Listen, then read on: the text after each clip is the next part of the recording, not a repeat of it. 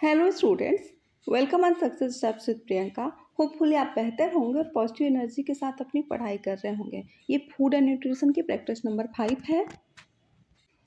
Practice को start करने के पहले मैं आपको रोज़ की तरह मोटिवेट करना चाहूँगी। सिंह बनो, सिंहासन की चिंता मत करो। आप जहाँ जाओगे सिंहासन वहीं चला जाएगा। बिल्कुल इसी सोच के साथ हमें अपनी पढ़ाई करते रहनी है, पॉजिटिव बने रहना है। नेगेटिव चीज़ों से, नेगेटिव लोगों से बिल्कुल हमें दूर रहना है। हमें रेगुलर के अपने टास्क निर्धारित करना है और उसको अचीव करने में पूरा अपना दिल लगा देना है। आइए हम आज का पहला क्वेश्चन देखते हैं। क्वेश्चन नंबर 61 है, सूची में दिए गए सक्रिय पदार्थ को सूची सेकंड में दिए गए उनके आहारी स्रोत से मिलान कीजिए और नीचे दिए गए कूट में से सही उत्तर चुनिए। सक्रिय पदार्थ है और आहारी स्रोत है, यानी कि जिसमें क्या पाया जाता है वो हमें मिलाना है। अल्फा लिपोइक एसिड की बात करें तो ये किसमें पाया जाता है? आलू में पाया जाता है। इसके बाकी के ऑप्शन इधर हैं, ये देखिए पूरा ऑप्शन नहीं आया है क्योंकि दूसरे पेज में ये दिया हुआ था। तो आलू में पाया जाता है। इसके बाद हम बात करेंगे किसकी? फ्लेवोनाइड्स। फ्लेवोनाइड्स किसमें पाया जाता है? फ्लेवोनाइड्स जो है आपके लहसुन में पाया जाता है, लहसुन। और लाइकोपिन किसमें पाया जाता है? ये तो सबको ही पता होगा किसमें पाया जाता है। टमाटर में पाया जाता है। लाइकोपिन का संबंध किससे है? टमाटर में है। नेक्स्ट ऑप्शन को हम देखेंगे, ये देखिए ग्लूटाथायोन किसमें पाया जाता है? एवोकैट में पाया जाता है। और सिलीनियम जो है किसमें पाया जाता है? समुद्री खाद्य पदार्थ में पाया जाता है। ये ऑप्शन किधर है? इस पेज पे है, इसमें है, देखिए समुद्री खाद्य पदार्थ में पाया जाता है।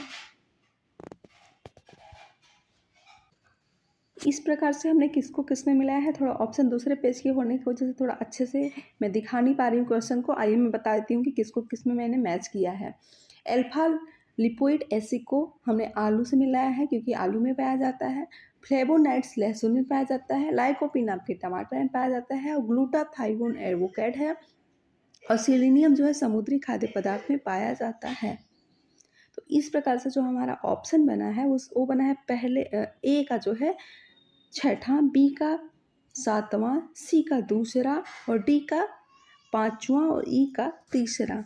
तो ई का तीसरा है तो हम लास्ट से ही चेक करेंगे। तो देख लेते हैं कि ई का तीसरा किस में दिया हुआ है। तो देखिए ई का ए में चौथा दिया हुआ है, बी में पहला दिया हुआ है, सी में तीसरा दिया हुआ है। नेक्स्ट को भी हम देख लेंगे। और चौथे में देखिए डी में पांचवा दिया हुआ है। तो इस तरह से हमारे सारे ऑप्शन कट गए। हम जब भी बड़े क्वेश्चन को करेंगे तो ऑप्शंस को हमेशा ऐसा ही कट लगाते जाएंगे।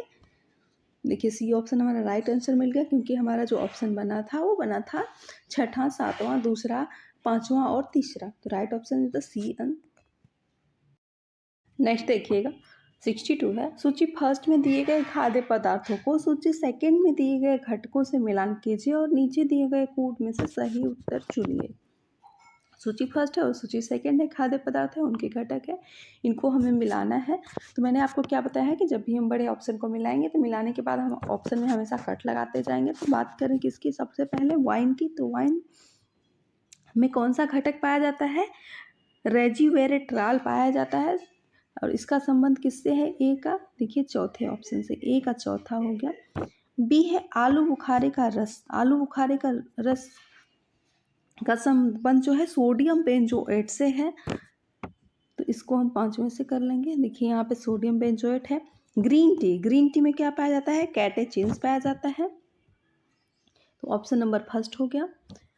मेयोनीज, मेयोनीज जो है लेसिथिन इसमें होता है। तो मेयोनीज का संबंध हम लेसिथिन से कर देंगे। दूसरे नंबर पे आपका लेसिथिन यहाँ पे दिया हुआ है। और सलामी, सलामी सोडियम नाइट्रेट से संबंधित है। तो सोडियम नाइट्रेट यहाँ पे देखिए लास्ट में दिया हुआ है, यहाँ पे सोडियम नाइट्रेट। तो ई का संबंध किससे हो जाएगा? सोडियम नाइट्रेट से। तो इस तरह से हम देखेंगे कि हमारा ऑप्शन क्या बना है, हमको किसने हम लोगों ने मैच किया हुआ है।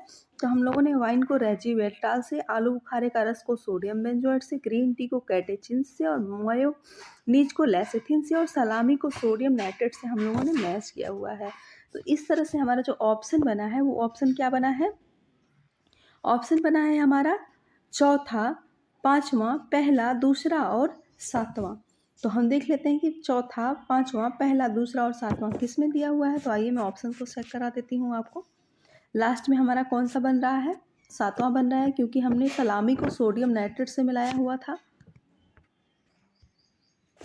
इसको हम लोगों ने सलामी नाइट्रेट को, सोडियम नाइट्रेट को सलामी से हम लोगों ने मैच किया हुआ था। तो इस तरह से हम देख लेंगे कि ई का चौथा किस में है। ऑप्शन को ऐसे चेक कीजिएगा, ऑप्शन आपके सामने हैं। ऑप्शन में हमेशा चेक करते समय हम कट लगाते जाएंगे तो देखेंगे कि जो है ई का सातवां किस में दिया हुआ है। तो देखिए ए में तो ई का पांचवा दिया हुआ है, तो ये ऑप्शन कट गया। बी में पहला दिया हुआ है, तो ये भी कट गया। सी में सातवां दिया है और डी में भी दिया है। तो अभी हमको और चेक करना पड़ेगा कि डी को हम लोगों ने किस में मिलाया है। तो डी को हम लोगों ने किस में मिलाया है, दूसरे में मिलाया है। तो डी का दूसरा बन रहा था, तो हम देख लेंगे कि डी का दूसरा किस में है। तो सी में देखिए, सी में डी का पांचवा है और डी में जो है दूसरा है। तो इस प्रकार से हमारा डी का दूसरा बन रहा था, तो हमारा राइट ऑप्शन डी हो जाएगा। सी ऑप्शन भी पूरा कट जाएगा। राइट ऑप्शन इज डी है। संतुलित आहार का अर्थ है, क्या अर्थ है, ऐसा आहार जिसमें केवल फल और सब्जियां हों, ऐसा आहार जिसमें सभी पौष्टिक तत्व सम्मिलित हों, ऐसा आहार जिसमें सभी आवश्यक पौष्टिक तत्व सही मात्रा में सम्मिलित हों। और डी है तरल आहार। तो संतुलित आहार का अर्थ में बुक में ये सीधा सीधा लाइन लिखा गया है कि संतुलित आहार ऐसा आहार होता है जिसमें सभी आवश्यक पौष्टिक तत्व सही मात्रा में सम्मिलित हो। तो right option is C answer. Next है, एक कैलोरी है। जल के 1 ग्राम का तापमान 1 डिग्री सेल्सियस बढ़ाने के लिए वांछित ऊर्जा की मात्रा। बी कह रहा है पोषक। सी कह रहा है आहार विशेषज्ञ द्वारा एक भोजन विशेष में वसा की मात्रा की व्याख्या करने के लिए आविष्कृत एक बिंदु प्रणाली है। तो जी नहीं, एक पोषक भी नहीं है। जल में 1 ग्राम तापक्रम एवं डिग्री सेल्सियस बढ़ाने की वांछित ऊर्जा की मात्रा भी नहीं है। ये तीनों ऑप्शन ही कट गए हमारे। इनमें से कोई नहीं राइट ऑप्शन हमारा हो जाएगा, क्योंकि इसमें से कोई भी कैलोरी की सही परिभाषा नहीं है। क्योंकि कैलोरी क्या होती है, शारीरिक श्रम करने के लिए हमें जिस शक्ति की आवश्यकता होती है उसे हम ऊर्जा कहते हैं। और कैलोरी को हम इस तरह से परिभाषित कर सकते हैं कि ऊर्जा, कैलोरी कार्य करने की वह क्षमता है जिससे शरीर की मांसपेशियां जो है क्रियाशील रहती है तथा शरीर द्वारा कार्य को संपन्न करती हैं। तो इसमें ऐसा कहीं भी नहीं है। तो राइट ऑप्शन हमारा इसमें डी हो गया है। नेक्स्ट क्वेश्चन देखिएगा। पुरुषों में स्त्रियों के मुकाबले BMR डॉट डॉट डॉट होता है, क्या होता है, कम, एक समान, अधिक, कोई नहीं। इसमें बेसल मेटाबॉलिक रेट की बात हो रही है कि पुरुषों में स्त्रियों के मुकाबले जो है BMR rate, basal metabolic rate कम होता है या ज़्यादा होता है। तो पुरुषों में स्त्रियों के मुकाबले जो है BMR रेट अधिक होता है, इसलिए उनको भोजन की आवश्यकता अधिक होती है। उनकी जो डाइट होती है वो कैलोरी होती है हम लोगों से, स्त्रियों से ज़्यादा होती है। नेक्स्ट क्वेश्चन को हम देखेंगे। और उनका पाचन भी उनके में जल्दी होता है। जिसका BMR रेट अच्छा होता है उसमें भोजन का पाचन जल्दी होता है, और जिसका कम होता है उसमें धीरे धीरे होता है। काम करने की क्षमता को क्या कहा जाता है, बहुत ही सिंपल क्वेश्चन। काम करने की क्षमता को हम क्या कहेंगे, प्रसुप्ति कहेंगे। प्रसुप्ति तो कहीं बनता ही नहीं है। कुशलता कहेंगे, तो कुशलता तो वो है जो काम करते करते हम किसी स्किल्स को सीख जाते हैं, कोई स्किल हमारे अंदर डेवलप हो जाती है। तो यहाँ पे क्षमता की बात हो रही है, और यहाँ पे भी क्षमता है। और क्षमता को क्या कहा जाता है, तो काम करने की क्षमता को हम ऊर्जा कहते हैं, कैलोरी कहते हैं। नेक्स्ट क्वेश्चन को देखेंगे। क्वेश्चन नंबर 68 है, भोजन में ऊर्जा का सबसे संकेंद्रित रूप निम्न में से कौन सा है, कौन सा है, कार्बोहाइड्रेट, वसा, प्रोटीन्स, विटामिन्स। तो विटामिन्स का कार्य हमारे शरीर में हमारे बॉडी को कंट्रोल और रेगुलेट करने का है, तो विटामिन्स तो होगा नहीं। प्रोटीन्स भी हमारे शरीर में टूट फूट और मरम्मत का कार्य करता है। और वसा से हमें एनर्जी तो मिलती है, लेकिन वसा का पाचन शरीर में बहुत धीमी गति से होता है, और वसा बहुत ज़्यादा लेना हमारे शरीर के लिए हानिकारक भी है। तो वसा का भी कट गया, बच गया कार्बोहाइड्रेट। तो कार्बोहाइड्रेट ही ऊर्जा का मुख्य स्रोत होता है। भोजन में ऊर्जा का संकेंद्रित रूप पूछा है, तो right option is the A, carbohydrate. अगर आपको सेशन पसंद आ रहा हो तो वीडियो को लाइक कर दीजिएगा, और इसी तरह के प्रैक्टिस सेट को सॉल्व करने के लिए मेरे चैनल को सब्सक्राइब कर लीजिएगा, जिससे कि मेरी आने वाली हर वीडियो आपको मिलती रहेगी। ऊर्जा का वह प्रमुख स्रोत निम्न में से कौन सा है और जिसे कुल दैनिक भोजन का प्रमुख भाग होना चाहिए, वो क्या है।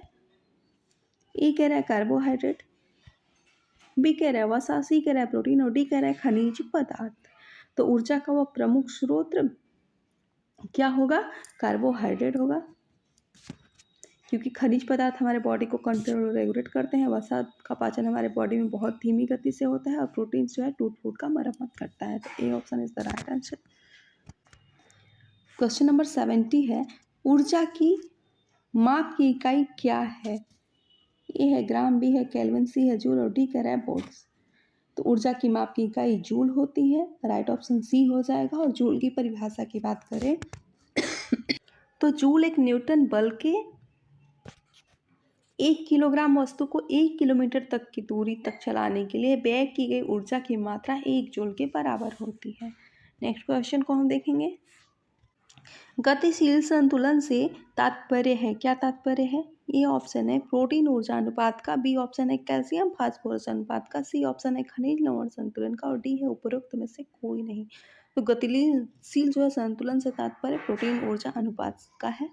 नेक्स्ट क्वेश्चन को हम देखेंगे, निम्नलिखित में से किसे ऊर्जा की प्रतिदिन आवश्यकता सबसे अधिक होगी? किसे होगी? शिक्षक को होगी, क्लर्क को होगी, पत्थर तोड़ने वाले को होगी या गृहिणी को होगी? तो सबसे ज़्यादा कैलोरीज की आवश्यकता पत्थर तोड़ने वाले व्यक्ति की होगी, क्योंकि वो बहुत भार का काम है। तो राइट ऑप्शन सी हो जाएगा हमारा। नेक्स्ट क्वेश्चन को हम देखेंगे, खाली कैलोरी से तात्पर्य है, खाली कैलोरी की बात हो रही है तो क्या होगा? शून्य कैलोरी, न्यूनतम कैलोरी, सिर्फ कैलोरी और डी उपरोक्त में से कोई नहीं। तो खाली कैलोरी का मतलब होगा ओनली कैलोरी, सिर्फ calorie. 1 calorie dot dot dot joule के बराबर है, कितने जूल के बराबर है 1 कैलोरी? तो हम सामान्यतः पढ़ते हैं 1 कैलोरी में हमें कितनी ऊर्जा प्राप्त होती है? 1 कैलोरी में हमें 4.1 किलो कैलोरी ऊर्जा प्राप्त होती है। ये क्वेश्चन को बस घुमा के पूछा है, ट्विस्टिंग किया है क्वेश्चन में। ये जो 4.1 है उसी के आगे 84, सब में देखिए, सब में 84, इसमें 85 प्लस लगाया है, बाकी सब में 84 लगाया है। तो 85 इसमें लगाया है, 3.1 लगाया है, 2.184 है और 4.184 है। तो राइट ऑप्शन हमारा सी हो जाएगा, क्योंकि हम हमेशा पढ़ते हैं कि 1 कैलोरी से हमें 4.1 ऊर्जा प्राप्त होती है। तो वही 4.1 में 84 जोड़ दिया है। नेक्स्ट क्वेश्चन को हम देखेंगे, स्टेटमेंट है भारतीयों में मेटाबॉलिक सिंड्रोम एक्स होने का अधिक खतरा है, और इसका रीजन जो कह रहा है, सिंड्रोम एक्स के प्रारंभिक संकेत हैं पेट का मोटापा, असामान्य ग्लूकोज सहनता, HDL का न्यून स्तर है। क्या है? और इसमें कूट में हमें देखना है कि ए और आर दोनों गलत है, बी कह रहा है कि ए और आर दोनों सही है और आर आंशिक रूप से सही है। तो मेटाबॉलिक सिंड्रोम एक्स होने की बात कर रहा है, तो ये बेसिकली पेट से संबंधित है और उसमें पेट का एरिया मोटा हो जाता है। तो भारतीयों में मेटाबॉलिक सिंड्रोम एक्स होने का अधिक खतरा है, ये तो सही है। और इसका जो रीजन है कि सिंड्रोम एक्स की प्रारंभिक संकेत है कि पेट का मोटापा, असामान्य ग्लूकोज सहनता, HDL का न्यून स्तर है। तो ये भी राइट है। तो हम देख लेते हैं कि राइट ऑप्शन किस में बन रहा है। कूट में हमें दिया गया है तो हम देख लेंगे कि दोनों किस में सही है। ए और आर दोनों सही है कि बात ऑप्शन नंबर सी कर रहा है, तो C option is the right answer. देह के लिए ऊर्जा का मुख्य स्रोत है। ए कह रहा है प्रोटीन, बी कह रहा है ग्लूकोज, सी कह रहा है वसा और डी कह रहा है उपरोक्त सभी। तो मैंने तो क्वेश्चन में ही आंसर बोल दिया। देह के लिए ऊर्जा का मुख्य स्रोत ग्लूकोज होता है, क्योंकि ग्लूकोज से हमें तुरंत एनर्जी मिलती है। मेटाबॉलिक सिंड्रोम के निदान में निम्नलिखित मानदंड हैं। कौन कौन से मानदंड हैं? अभी अभी मेटाबॉलिक सिंड्रोम के बारे में हमने ऊपर देखा था। HDL, ए कह रहा है कि HDL कोलेस्ट्रॉल की मात्रा 60 मिलीग्राम 100 मिलीग्राम सीरम अधिक होना चाहिए। क्या मेटाबॉलिक सिंड्रोम में ऐसा होना चाहिए मानदंड में? आइए नेक्स्ट को भी देखते हैं। सीरम में ट्राइग्लिसराइड की मात्रा 150 मिलीग्राम बाई 100 मिलीग्राम से अधिक होना चाहिए, तो ये सही है। महिलाओं में कमर की परिधि 80 सेंटीमीटर से अधिक होना चाहिए। क्या ये अधिक हो जाएगा? तो ये तो गलत हो जाएगा। फास्टिंग रक्त में शुगर की मात्रा 100 मिलीग्राम बाई 100 मिलीग्राम से कम होना चाहिए। हाँ, ये भी बात सही है। और BMI 23 किलोमीटर से अधिक होना चाहिए, ये भी सही है। तो हम देख लें कि बी, डी और ई किस ऑप्शन में सही है। तो ए तो हमारा गलत हो गया था। तो हम देख लें कि ए किस में दिया है, वो ऑप्शन ऐसे ही कट जाएगा। देखिए, ए में ए दिया हुआ है और डी में दिया है, तो ये दोनों तो ऐसे ही कट गया। हमारा सी ऑप्शन भी गलत था। तो हम देख लेंगे कि सी ऑप्शन किस में दिया हुआ है, वो भी गलत हो जाएगा। तो सी में देखिए सी ऑप्शन दिया हुआ है, ये गलत हो गया। तो इस प्रकार से जो हमारा ऑप्शन बना है वो बी बना है, क्योंकि इसमें बी, डी और ई दिया हुआ है। ये देखिए बी, डी और ई की बात ऑप्शन नंबर बी करता है, तो राइट ऑप्शन हमारा क्या हो जाएगा, ई हो जाएगा, बी हो जाएगा। नेक्स्ट क्वेश्चन को हम देखेंगे। सूची फर्स्ट में दिए गए मदों को सूची सेकंड में दिए गए मदों से मिलाना है। सूची फर्स्ट और सूची सेकंड को मेल करना है। सबसे पहले कैलोरी दिया हुआ है। कैलोरी का संबंध किससे होता है, मानवीय ऊर्जा से होता है। केल्विन का संबंध जो है कलर टेम्परेचर से होता है। कलर टेम्परेचर को मेजर करने के लिए हम केल्विन का प्रयोग करते हैं। टेलीमीटर जो है एर्गोनोमिक्स से संबंधित है। और सोलिनोइड किससे संबंधित है, इलेक्ट्रॉनिक से संबंधित है। तो इस प्रकार से जो हमारा ऑप्शन बना है वो बना है ए का पांचवा, बी का चौथा, सी का दूसरा और डी का पहला। तो हम देख लेंगे कि कौन सा हमारा ऑप्शन राइट होगा। हम डी का पहला देखेंगे कि इसमें किसमें दिया है। तो देखिए ए ऑप्शन भी डी के पहले की बात करता है, बी भी करता है, सी भी करता है। तो बस डी कटा यहाँ से। अभी हमें और चेक करने की आवश्यकता है। सी को देखेंगे, सी का हमने किस में मिलाया हुआ है, सी को हमने एर्गोनॉमिक्स में मिलाया हुआ है दूसरे में। तो सी का दूसरा हम चेक करेंगे। तो सी का दूसरा देखिए ए में भी दिया हुआ है और बी में भी, तो सी में बस नहीं दिया है, तो सी ऑप्शन हट गया। अभी हमें जो है ए और बी में देखने की ज़रूरत है। तो उसके बाद हम बी को चेक करेंगे। बी में देखिए बी को हमने किस में मिलाया है, केल्विन को हमने कलर टेम्परेचर में मिलाया हुआ है। तो बी का चौथा किस में दिया है, वही ऑप्शन हमारा सही होगा। तो ए में पांचवा दिया हुआ है इसलिए कट गया, बी ऑप्शन हमारा राइट आंसर हो गया। विरामावस्था में शरीर द्वारा वांछित ऊर्जा की मात्रा है, क्या है, आधारभूत उपापचय है, कैलोरी है, जूल है और डी कर है कैलोरी मीटर है, कैलोरीमेट्री है। तो विरामावस्था में यानी कि रेस्ट की पीरियड में शरीर की जो वांछित ऊर्जा की मात्रा होती है वो आधारभूत जो है उपापचय होता है, बेसल मेटाबॉलिज्म होता है। तो right option is the A. Next question को हम देखेंगे। आज के इतने क्वेश्चंस थे। अगर आपका कोई डाउट रह गया हो तो मुझे कमेंट करके बता दीजिएगा, मैं उसको जरूर सॉल्व करने का कोशिश करूँगी। Thank you for watching with us, take care.